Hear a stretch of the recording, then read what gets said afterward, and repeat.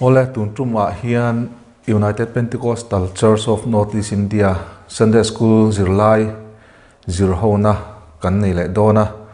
tuntruma kan zir tur hi zirlai pariatna athupuya chuanin ring tu inkara har satna tiania Bible lama chuan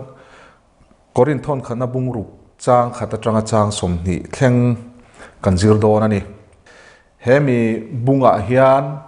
ringtu te inkara har satna lo om Poland report alo don dan aron soi te po ati thei ome chuta chuanin ringtu inkara har satna lo thleng ko sana ro relna fello omate khanga kha aron soi lang thata ani tin helaya hianin Poland ringtu te chanvo ro puizia te po aron soi boka tin kan tak sapeng te hi sualti nutura siam ani lova lalpa rong bola tana siam ani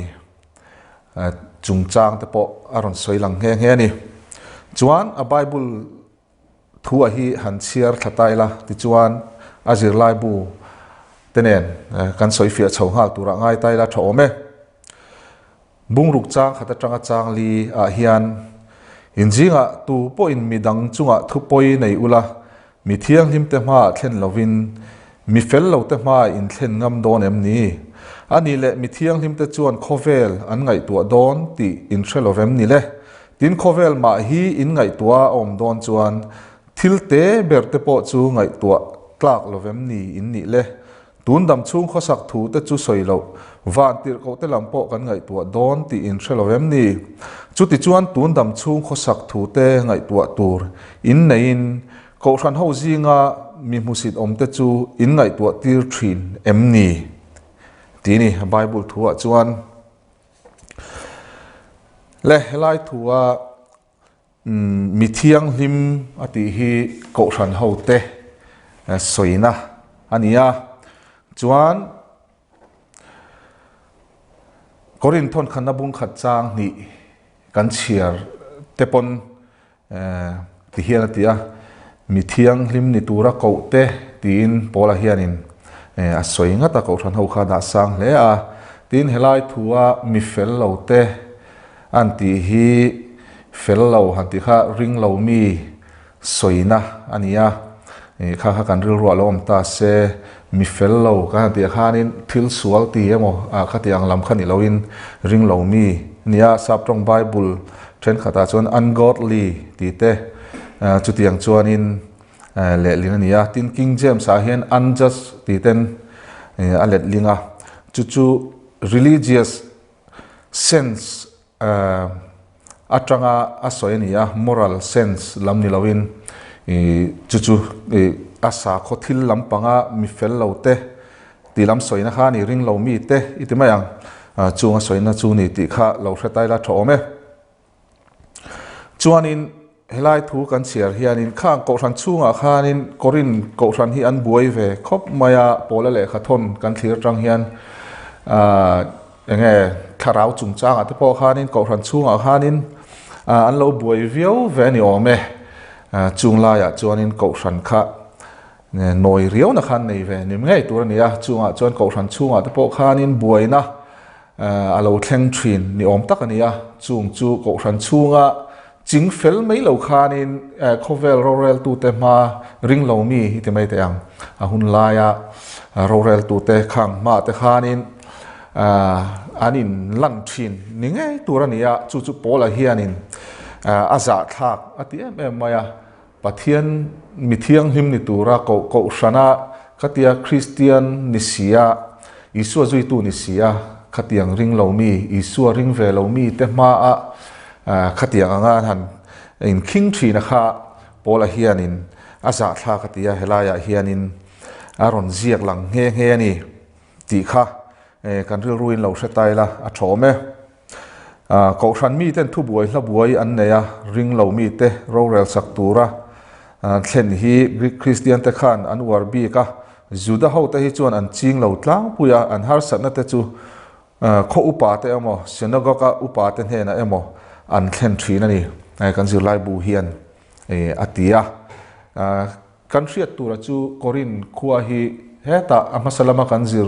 toa te po kan hrianga Corin khochan chin hrim hrima hi a history tang te pon kan hrianga mihring in pol sop tak sum don na mun pueni wangin mun hrang hrang atanga pem khom te ania chuwang chuan nam hrang hrang Greek te le Juda te khatianga in pol nuai khani wangin khatia rongbona atanga ko hrana lom te po kha Christian te po kha nam hlang anni lo ani ti kha kan ri ruwa lom ta se a thome tin ko hran mi thiang him te chuan ti khanin pola khanin an soi thata thil za thlak ani thu te aron soya ta chuanin khatiang mai po ko hrana an rel fel theilowa kha nakina an chan vo ro pui zia tur kha pola hianin aron soita a ko hran mi thiang him te ni na san zia kha ko hran mi thiang him te chuan nakina kum sang lal rama Krista ro rel na tromin khovel ring lo mi te ro an la rel sak dona chu mai ni loin van tir ko te po ro an la rel sak bok don ani atini chu kum sang ro rela khanin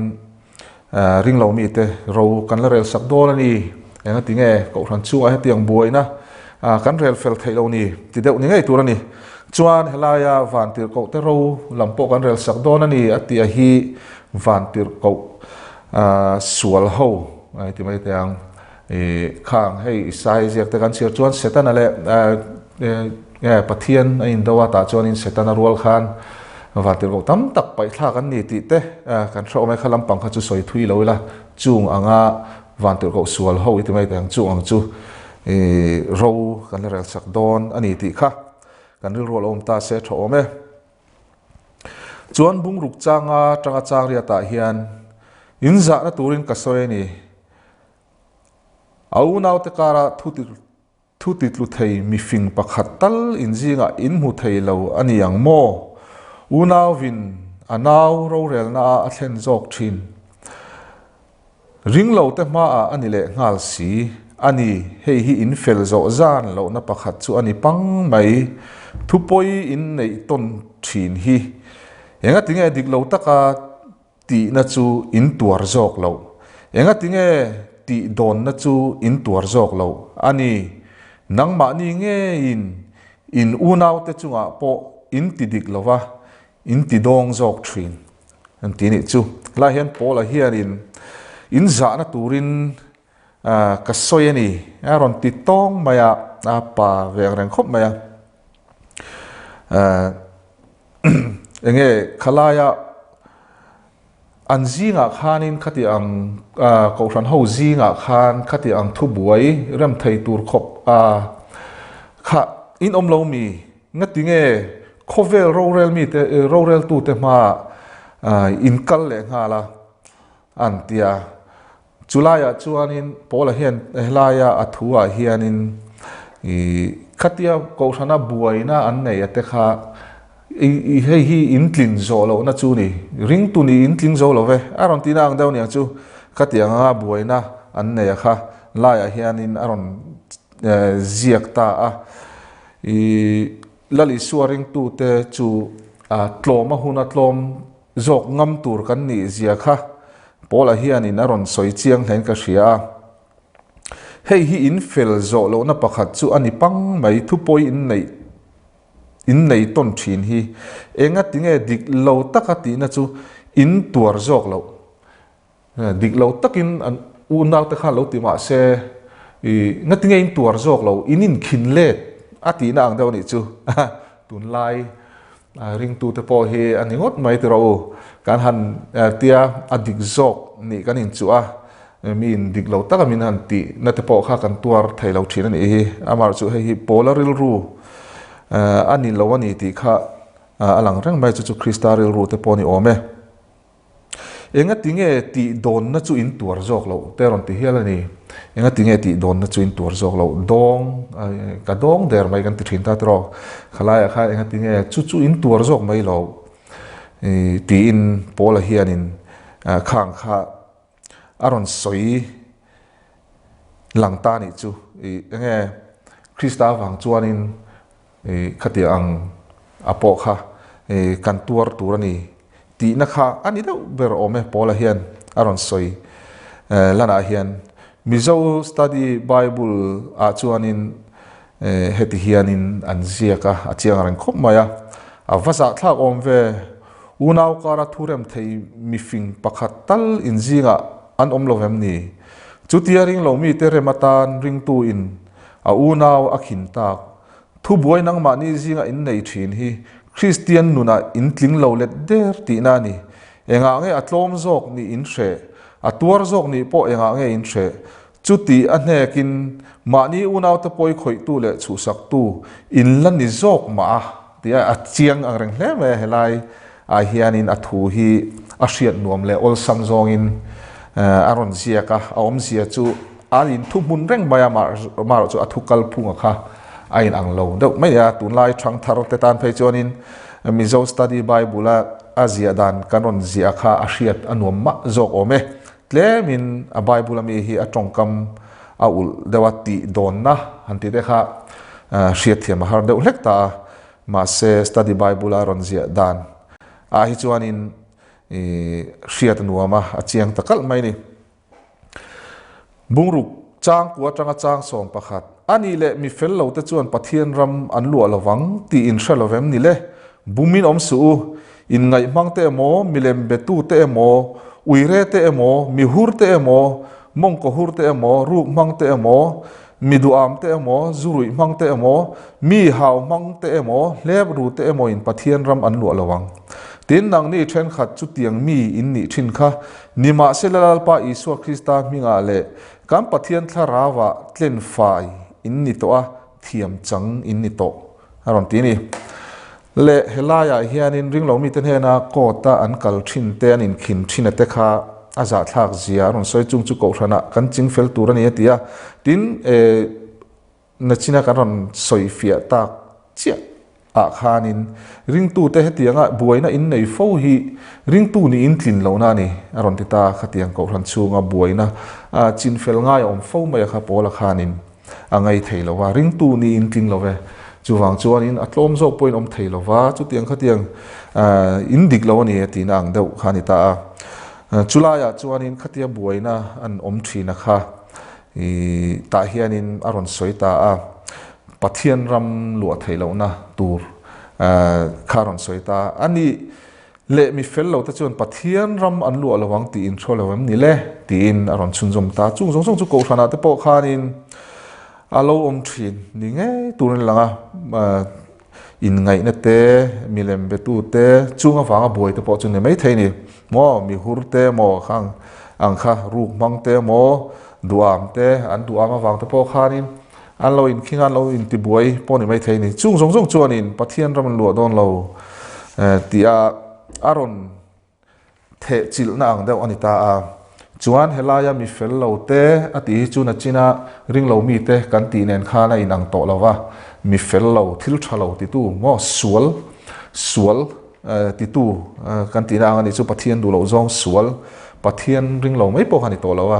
din hei pathian ring lo ka han tia ring lo mi christian ni kher lo po hei ruk ru te tual that te khatiang uire te khatiang khan om tho chu tiang deuh chu ani helaya mi fel lo aron ti chu na china mi fel lo ati ne khalin ain ang to lowa chuanin mi fel lo ten pathian ram an lua don lovani chuwang chuan bumin om su antia helaya hianin chu tiang pathian ram lua lo tur mi fel lo na ati te chu aron soi lang ngal ta in ngai mang te milem betu te uire te mi hur te mong ko hur te ruk mang te mi duam te zurui mang te mi haw mang te le leb ru te an ni chung chu polan chiang takin pathian ram lu lo tur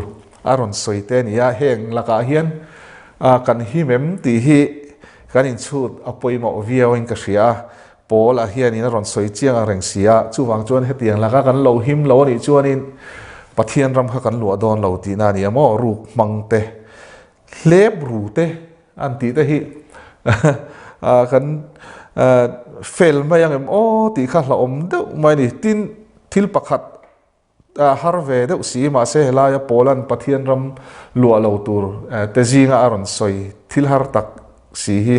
mi hau mang te ati hi fail hi chu kan tam om mang o katia chu wang chuan in ring tu ni na le lo hi thil mấy mấy ni lo anh kim kan phim khur em hi anga ya ni ti helai tang hian in a chiang hlein ka sia duam na te duam na suala te kan lo om em ti te inen fi na tur lai thu hian ati tam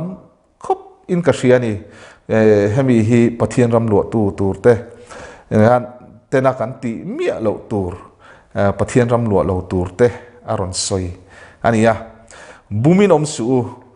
van ram kai lo na tling sual chi sang sang tuna kan han soi tak te kha poisa lo tura buma omin van ram kai lo pha nan an mangang ti a hlawa wangin bumin om su pola hianin ati ni le hei hi tunlai khovela po a thleng me ka hei USA bo ruak te kan theta tro helai hian pola hian mong ko hurte ti te ron soi ta chuanin mong ko hurte po ti khanin an accept zel to ta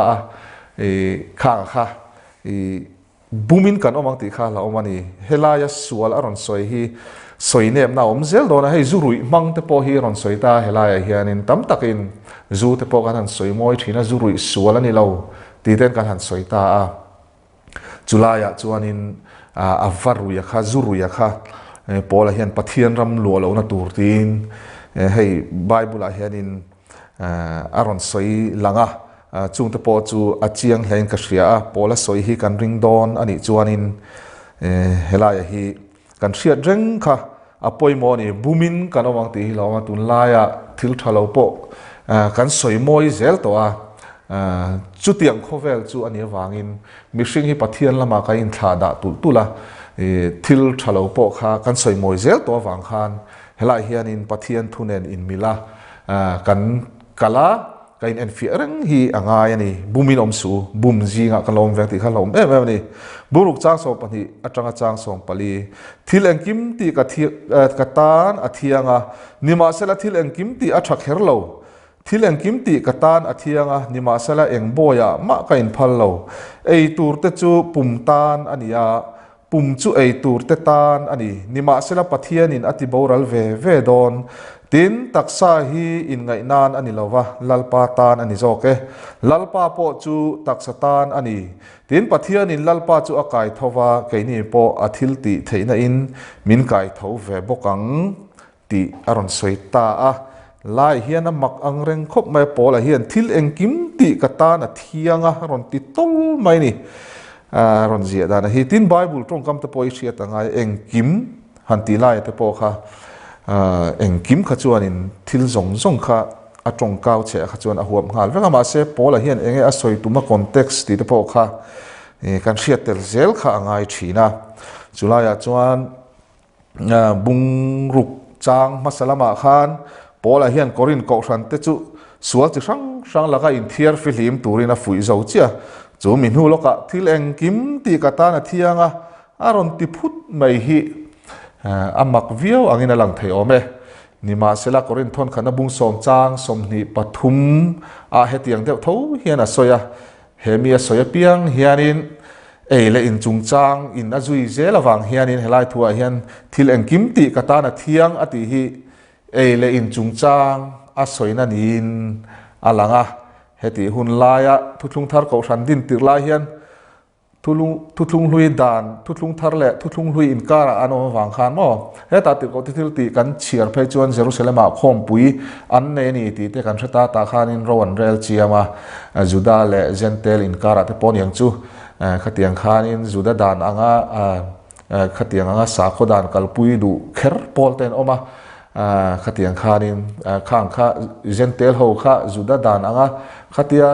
anti anga ti tir ve kher tumna te khatiang ang thuboi ram te po kha omani chu chung la ya chuanin thutlung hlui le thutlung thar in kar ani wang khanin khatiang thutlung hlui dan khala kalpui du na te po kha ko ran ho jing han tam taka omani chung chu anita ei le in chungchang te po Leviticus ti vel te kan zia chuan pathian chu tiang khatiang chu ei lo turania ti in ron soi thaduat duat maya khang lai bor vel te po khani ome pola hian ron soi thilang kim ti katana thianga nima sela thilang kim ti athakher lo ron ti ni chu le ring tu te hian liberty zalen na thuk tak kan naya hemia hian kan zalen na thuk tak kan naya ma se thil thale thalo khiar sang tur ro chuan mo phurna kan nei ve ni ti ro hi chu kan in thriat angai chu lai chu pola hian ron soyom zia tak po ni na langa zalen na thuk tak kan nei ni pathiana hian mo thuthlung hlui dan kher mei kan tiang chi te khatiang zong zong tang khan Christian min ti zalena amar chu chulai kan zalen na tak chuan thil tha le thalo ero kha chu kan thiar chu angai tho ti ero chu kan hriat angai ni pola hian thileng kim ti thianga ma se thileng kim ti atha kher lo ti ten aron soi lang ani helai chang a hian pola hian ei le in chung changa thuthlung hlui dan khir pui kha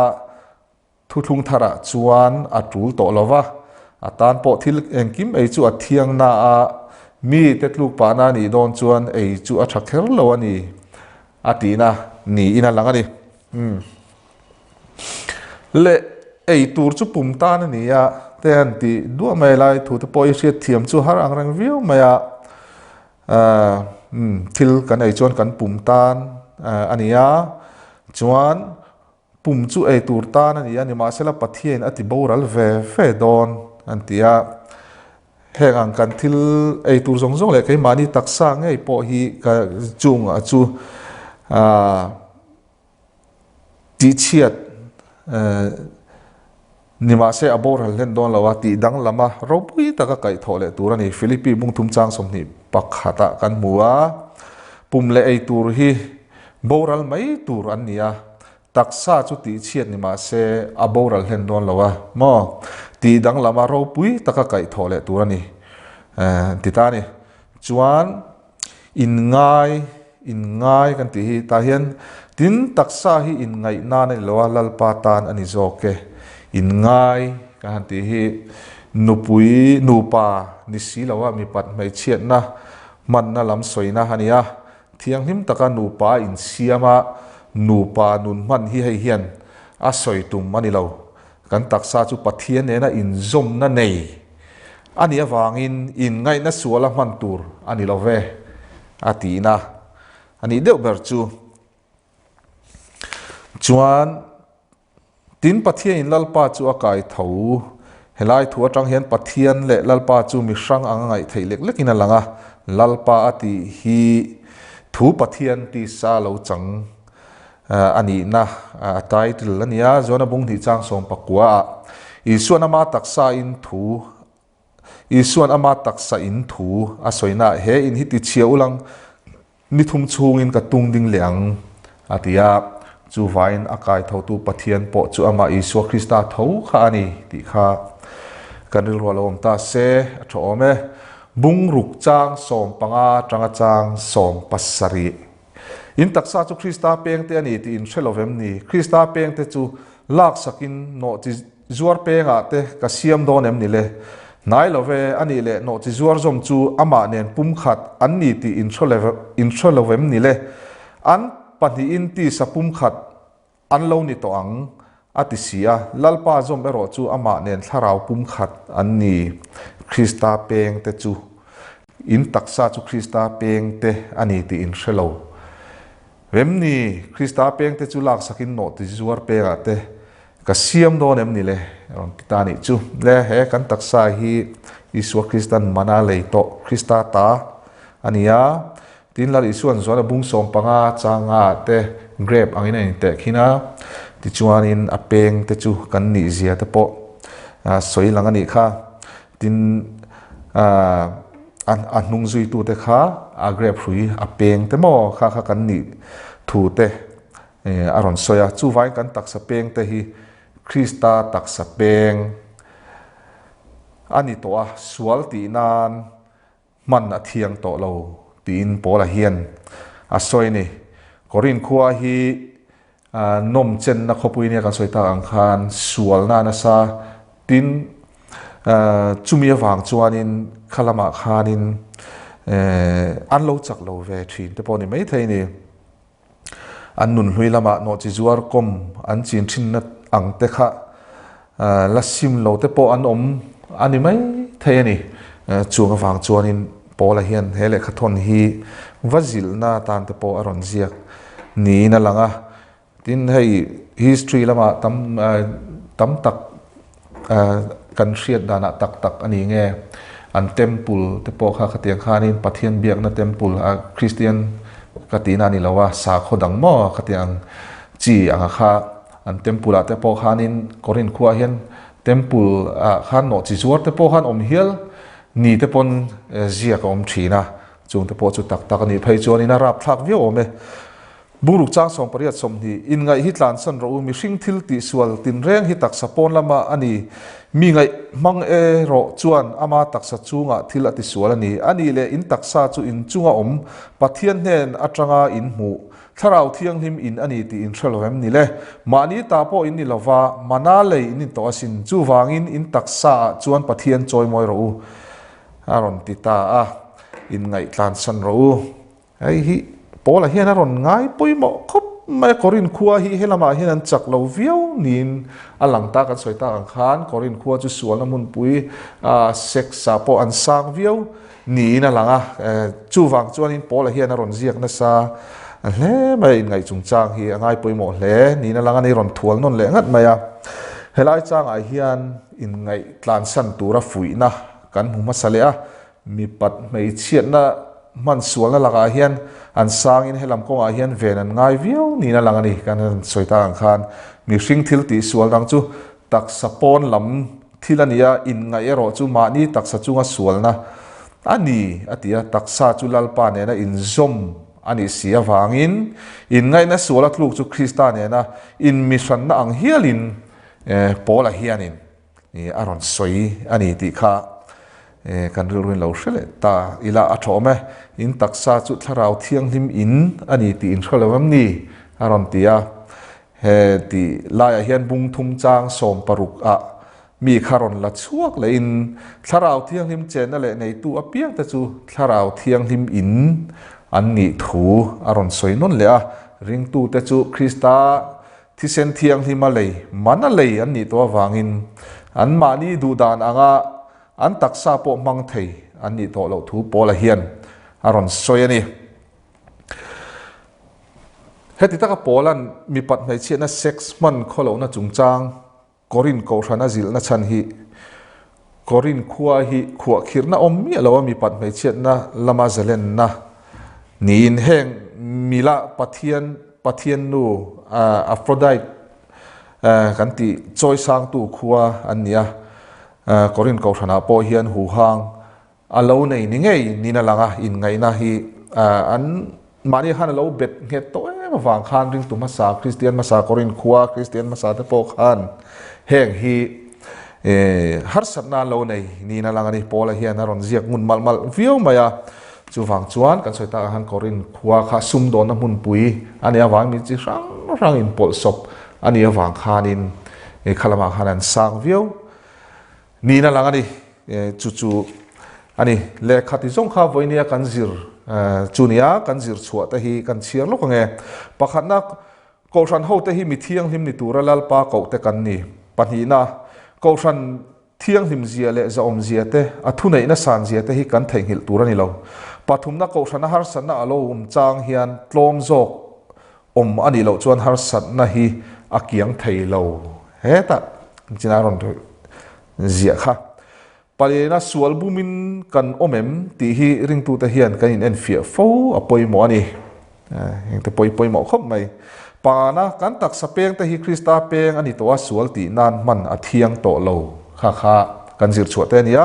chuan zo na hi kan soile thuak thuang kan zir line mi thiang him ati le mi fel lo ati hi tu te soi na nge ni an ti mi thiang him ati kha chu ko ran ho kha ni me ya tin mi fel lo ti kha thuang hin om thenga thuang khan na ka chuan in ring lo mi te ani ta pakhat aron soi le kha chu mi sual khoi heta pathian ram lu lo na ti sual han khoi ho thil sual ti ho kha ani mai ome ko than mi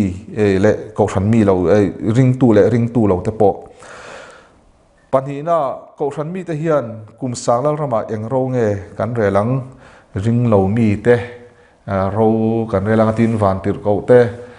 ro hial po kan rel don ni in pola hian in a soi ni pathumna polan pathian ram lu lo tur ati te hi tu te nge ni he ta kan chir thak kha na chi na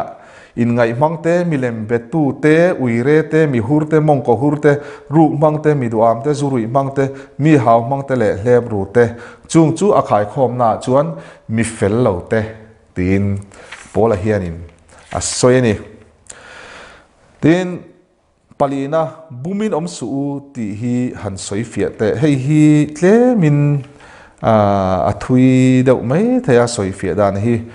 van ram kai lo na tling sual chi sang a hmalama kan soi in ngai na te khati ang chi mo poisa lo tura buma omin van ram kai lo pha nan an mangang ti a hlau wangin bumin om su tin pola hian